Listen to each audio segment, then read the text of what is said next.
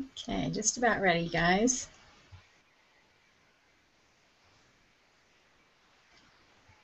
Hi, everyone. This is Suzie Boss. Welcome to today's Google Hangout on Air with the Buck Institute for Education. We've got some great guests today to talk with us about the 4C's in Gold Standard Project-Based Learning and what that all means. So I'm going to have them introduce themselves. We're going to be hearing today from Helen Soule with the Partnership for 21st Century Skills, from Shannon Buerk with Engaged Learning, and Steve Zipkes with Manor New Tech High School, fabulous high school in Texas. So perhaps each of you could introduce yourselves. Helen, you want to tell us a little bit about who you are and your organization? Sure. So I'm Helen Soule. I'm Executive Director of the Partnership for 21st Century Skills. Long-time recovering educator, I guess, still educating in different ways.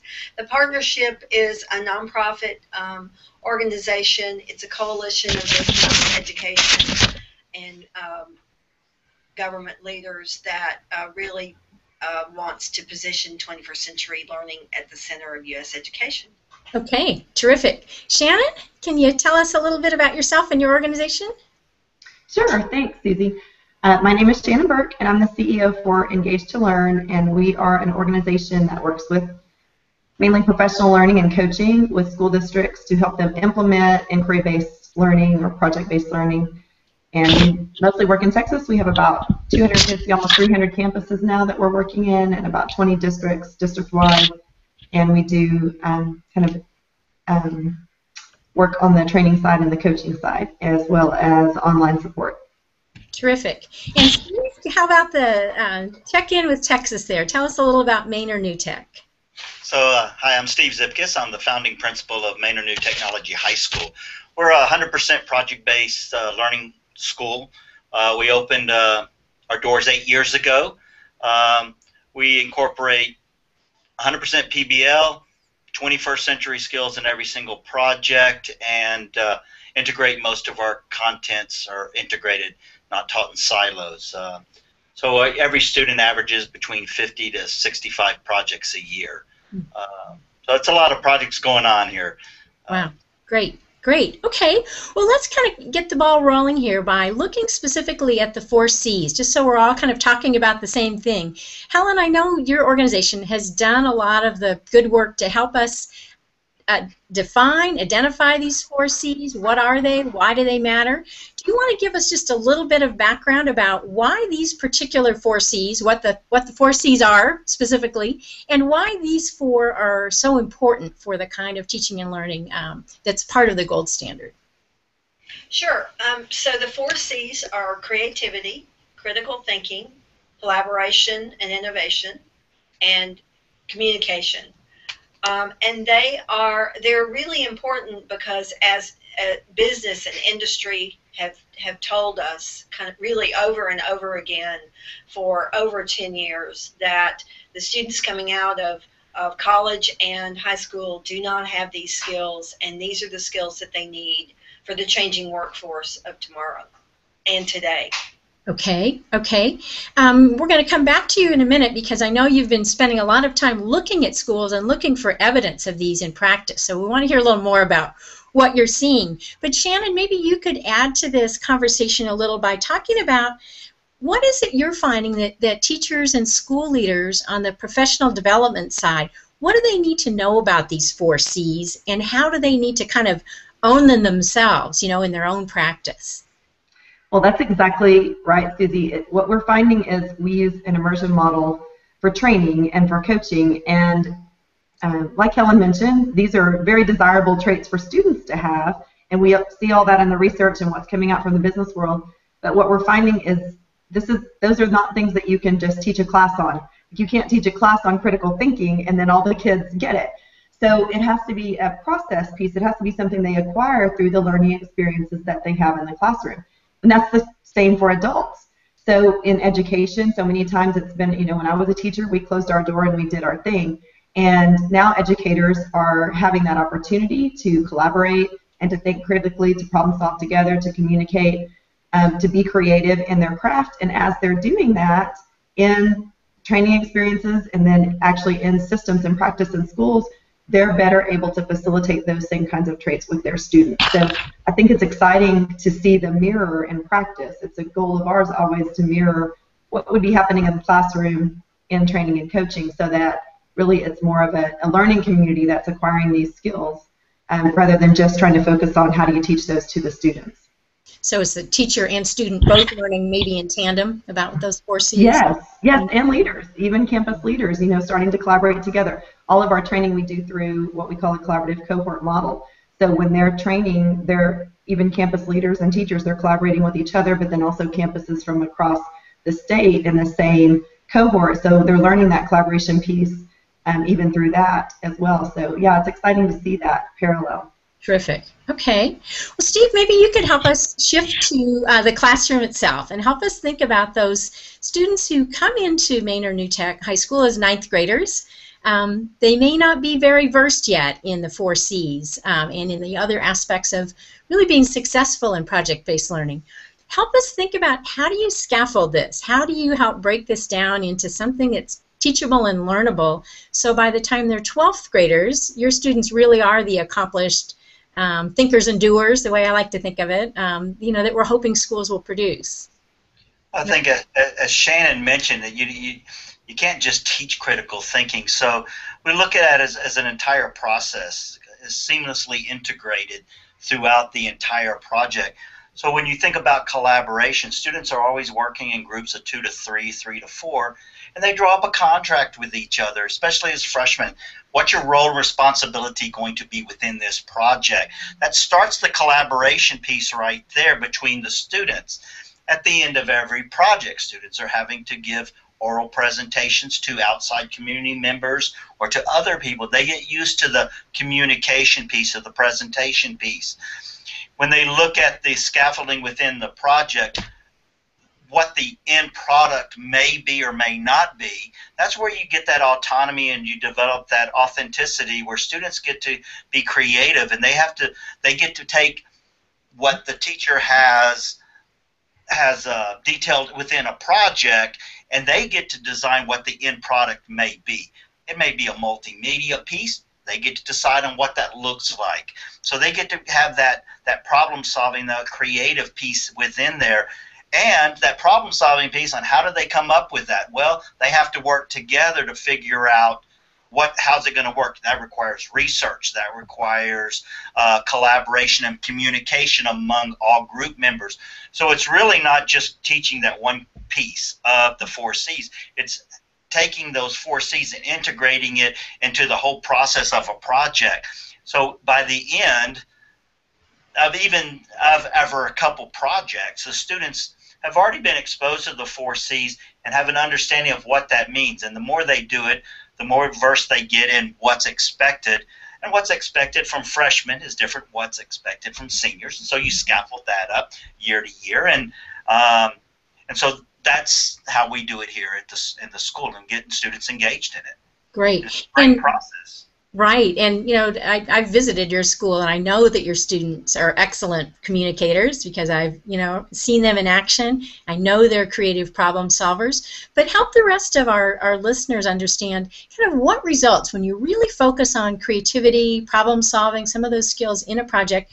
Can you share with us maybe an outcome of a project where kids just kind of amazed you with their creativity or their problem solving? What's something that they've done lately that we should know about? Well, since school just started 4 weeks ago, I'll have to go back into my memory bank. But last year's fine. There's so many. Gosh, there's just so many things that I can think of. I try not to focus just on one project because there's so many. I mean, we're talking every student 50 to 65 projects a year. Mm-hmm. But I think of them as a whole group. When I think of it as a whole group, how students have come in, maybe 60% of the students are first generation. And when I look at the graduating class, they're all graduating. They're all being successful. They're all going into post-secondary education. And their dreams are being fulfilled. It's changing their lives. It's changing their family dynamics and how they interact with their families and their relationships with their families. So it's bigger than just taking the standards and increasing their state scores. It's really about changing their lives. And when you talk about a student who's graduated and given over 200 public speeches, that's insane. That's crazy. It is kind of crazy, isn't it? And those students, when they get an interview to college, they're in. I mean, they're so good at it. Communication skills are far better than mine were when I got out of college. So just on the communication piece alone, they've really scaled it up and have taken ownership in it. That's awesome. Great. Suzie, Yeah. Suzie, can I add Absolutely. something? Please do. Well, he was mentioning results, which, you know, Manor is obviously has great test score results, like he said, on top of everything else. I think that sometimes people wonder, well, what about the tests, you know? And so, and of course, our campuses, we have several campuses that have been even reconstituted, or they're in trouble when they come to us and they're getting out of school improvement and they're meeting AYP and they're getting great results with this. But I like what Steve was telling us about how it carries over, not just on their test scores, but into their real life. And I think here's a story that has always touched me from one of our campuses. A mom of a second grader shared with one of our teachers, because we have K-12 implementation. So this was a second grade student, and the mom shared with one of the teachers. She said, "You won't believe how this has impacted our life at home." Wow. And she said that mom shared that she had recently been diagnosed with cancer. And she was concerned about her 3 children, the youngest being the second grader, of course, how they would react. And she said the older grader came in and said, "I really feel like we should problem solve this." Wow. And she went and got some paper, and she got a folder, and she said, "What do we know about it right now, and what do we need to know?" And then she started writing it out, and she said, "What are our resources? What's available to us to learn more about this?" And she was just making a project plan for the whole family to problem solve this. And she said, "Is it possible for me to talk to your doctor?" She was like, and this was not a girl that was outgoing in the classroom. The teacher was actually concerned when the parent came up. Maybe she's going to talk about an issue, maybe. But what was happening was she was learning so much in the classroom, she was able to apply it to a very real problem in her life and be proactive in solving that with her family. So I love that story. There's a lot, like Steve says, so many stories, but I love that story in terms of how it can impact the real life of these students way beyond what happens in the classroom. And and I think you're bringing up that's such a powerful story. That's just amazing. Talking about a student really internalizing the learning process. This is a student who understands how to confront difficult things in the world. What a great lesson, to take away from education. Boy, compelling, and these real-world connections are really profound. But I think you bring up a really good point, and that's this idea of evidence. How do we know what good teaching and learning looks like? How do we know the gold standard when we see it? How do we know the 4C's when we see it? Helen, I wonder if we could ask you to kind of talk a little bit about what you look for when you go looking for exemplar schools to kind of share their stories. What's the evidence that the 4C's are alive and well, and that this kind of internalizing of these processes is happening, so we do get brilliant, amazing stories like this, as a result? And I'm here today, which is so ironic that I'm here today at Manor New Tech seeing these things. So it's just been great to walk around. In fact, I was asking the students who were giving me a tour, I said, "So what's the hardest thing about when you first came?" And they both said the presentations. They said having to speak and to really think on your feet. And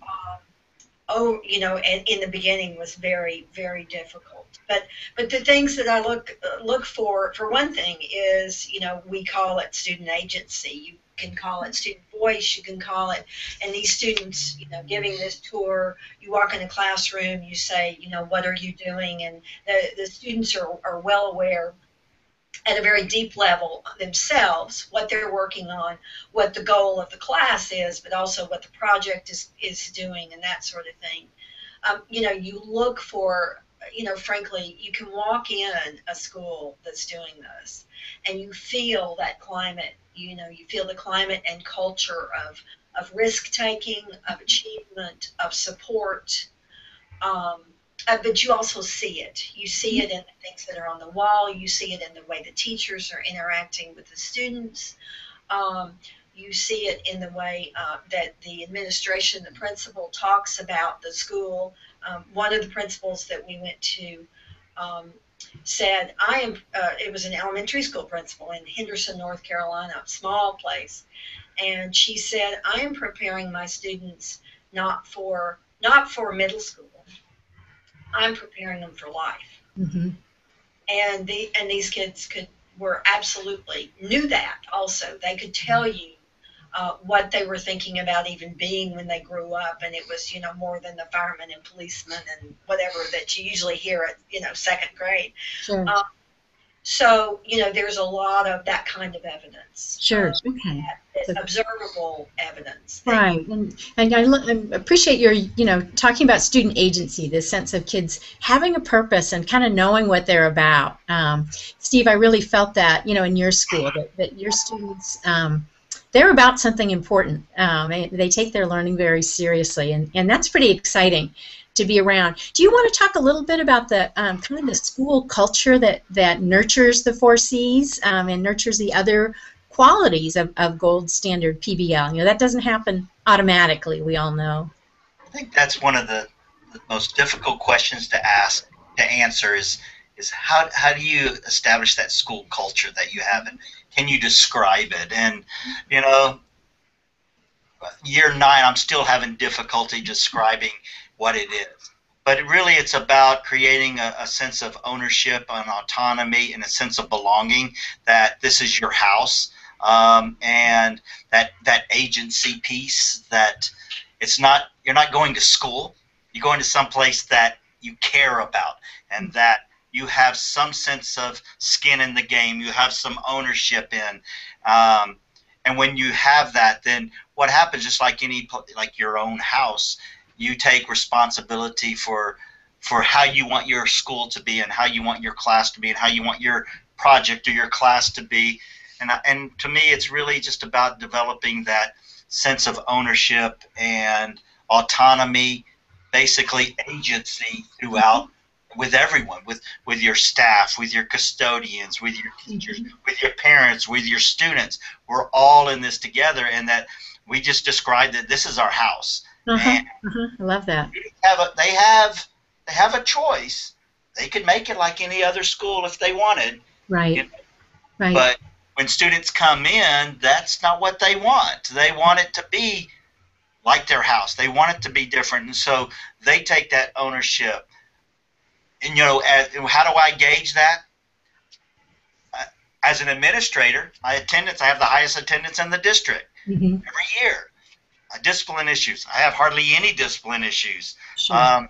Because the students, they put out what they want. They tell you what they want. They have a voice. They have a say-so. They have that agency piece. But so do the staff. So culture is a hard thing to describe. Right.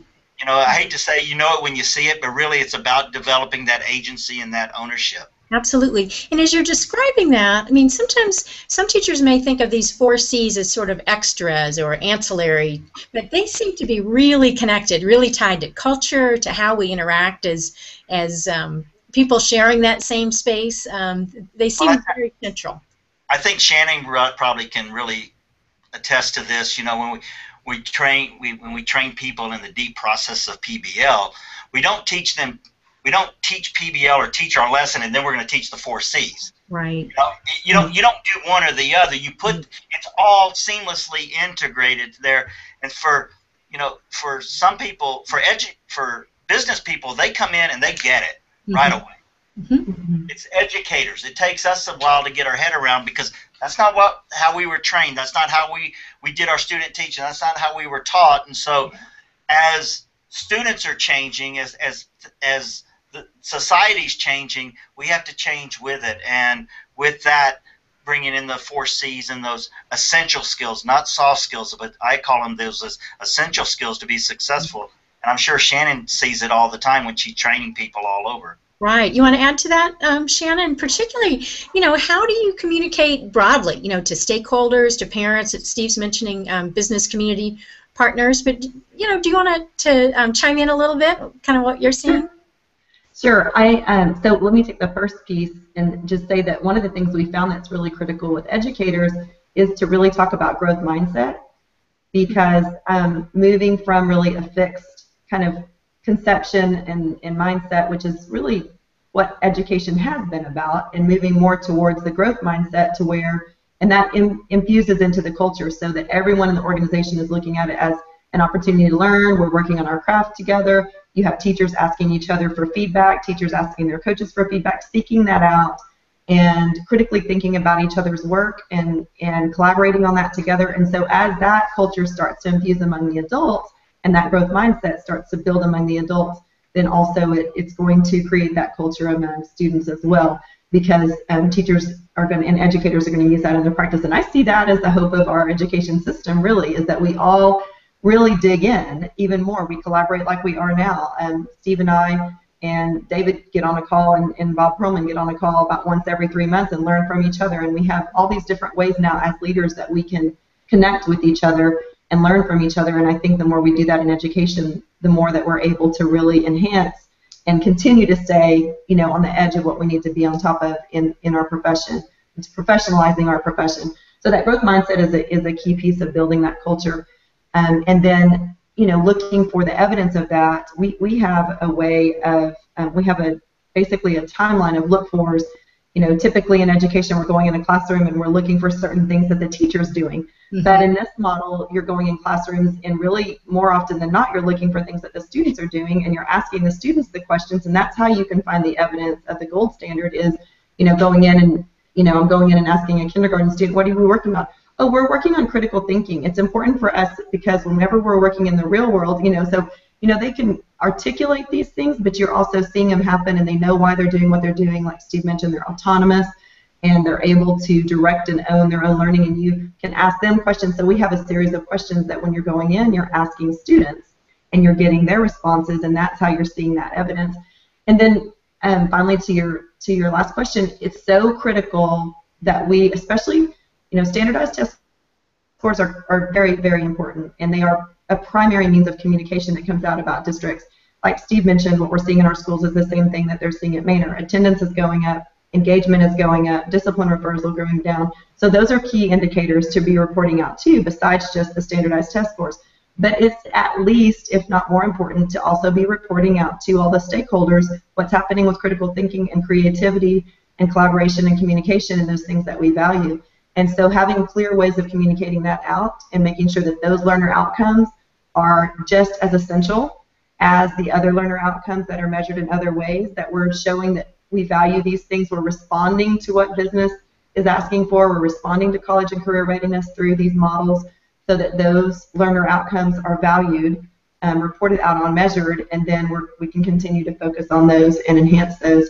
And then we can obviously ask for feedback from our business and communities, because when we're involving them in the process of here's what we're measuring, here's how we're measuring it, here's what we're seeing, those increases that are happening with our students, they have a lot of valuable experience to bring to the table to help us to even enhance that more, so with their authentic audience piece, etc. So I really believe that transparency, and it's hard. I mean, Steve can attest to this, of course.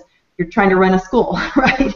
You're trying to do all of the things that go along with that. There's a lot involved there, but having a system that can make sure that those results are also getting reported right alongside grades, etc., is really, really critically important. That's great. It's terrific insights there. I'm going to have one more question for all of you to kind of weigh in on, but I just wanted to let our listeners know if there are questions you'd like to ask of our guests today, feel free to add those to the Q&A box, and we'll have a couple minutes at the end here in just a moment to see if we can address some of your questions. But I guess one last sentence, and you were kind of getting at this, Shannon, in your last remarks, and it's that in coming up with this gold standard PBL, the Buck Institute for Education is really using PBL processes to have this very inclusive, collaborative, critical thinking conversation. And I just want to kind of throw this open for discussion about as we're thinking about Gold Standard PBL. Kind of how does your own thinking skills, how are you engaging in this conversation? How would you kind of invite others to join in, and how is it going to become maybe a more meaningful standard through a lot of participation in hearing a lot of perspectives? So whoever wants to kick that off, let's kind of have that be our last question to toss around. Helen, do you want to start? Sure. Well, it's a great question, and I think that the most important thing, whether it's a school, whether it's developing a standard, whether it's building a new school or a new education system, what it's about is really building that community, getting input from all of the different aspects of that community, which some may be pretty divergent. And making sure that all of that is incorporated or at least taken into consideration, because that makes it so much stronger.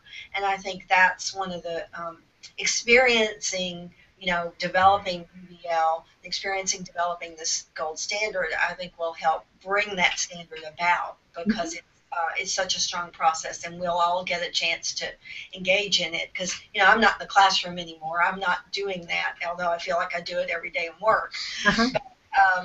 But so I think it's really great for all of us engaged in this to be able to make sure we include everybody in that process. Okay, terrific. Steve, do you want to add to the whole gold standard PBL conversation? Yeah, I think there's right now there's no right answer what PBL is, and as we reach out more and more globally, and we are not just looking in our own backyard with PBL, but we're reaching out across the ocean, and we're collaborating with different countries with project-based learning. What does that mean? What does it look like? And having people chime in with what they feel is important for a successful project, for the processes, and getting those processes together, the more that we can get input from people to come up with a consensus for a gold standard. This is ideal. This is what we need across, not only here in Texas or in Chicago or Australia or China. This will work all over. I think that's what we're looking for, is that process that can be universal, accepted by everyone as the standard. So I think the more people add to it, the stronger it will be. Okay, terrific. And Shannon, some last thoughts from you about gold standard? Sure. I think, just to your original question about that, I think that the critical piece is, as leaders, it is so important for us, it's critical for us to continue to collaborate together. I think that it's, collaboration is not just a word, like a buzzword. There's a magic that happens really when people put their brains together. That is where good ideas come from. And so the more opportunities we create for educators to truly collaborate in that sense, the better. And we have so many opportunities through social media, online forums, different ways where we can all be, although Helen and Dave and Steve have to be in the same room apparently, the rest of us are not in even the same place. They cheated. But when we're all able to collaborate like this online and utilize some of the tools that are available to us, I think it's critical. And then being able to set standards so that we all get better. I mean, ultimately everyone's goal, of course, is to change education for youth and make it so meaningful for our youth that it betters our world. So that piece of working together to make that happen, I think, is really important for us to model and actually get the benefit from. Absolutely. Fantastic.